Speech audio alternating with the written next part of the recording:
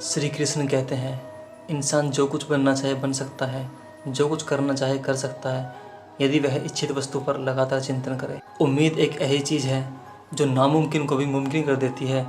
एक दिन एक लड़की ने अपने पापा से कहा कि चलो पापा, आज हम कहीं घूमने जाते हैं। पापा ने अपनी बेटी की बात मान ली और दोनों साथ में निकले। बेटी ने पापा से कहा कि पापा, इस बार मैं कार चलाऊंगी।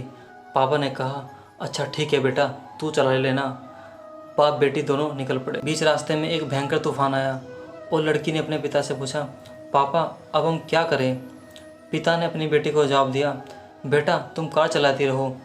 तूफान में कार चलाना बहुत ही मुश्किल हो रहा था और तूफान भयंकर होता जा रहा था। लड़की ने फिर से अपने पापा से पूछा, अब मैं क्या करूं? उसके पिता ने उसे फिर से वही जवाब दिया, बेटा कार चलाते रहो।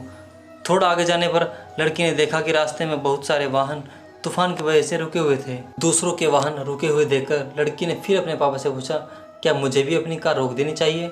उसने ये भी कहा कि पापा, मैं बड़ी मुश्किल से देख पा रही हूँ।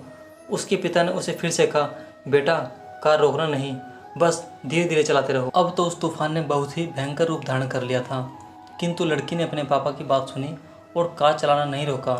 अचानक ही उसने देखा कि अब थोड़ा थोड़ा साफ दिखने लगा।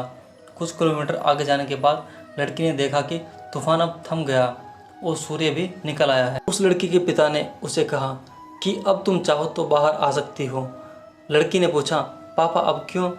पिता ने उसे कहा कि जब तुम बाहर आओगी तो देखोगी कि जो राह में रुक गए थे वे अभी भी तूफान में फंसे हुए हैं। तुमने कार चलाने के प्रयत्न को नहीं छोड़ा, इसलिए तुम इस तूफान से बाहर हो।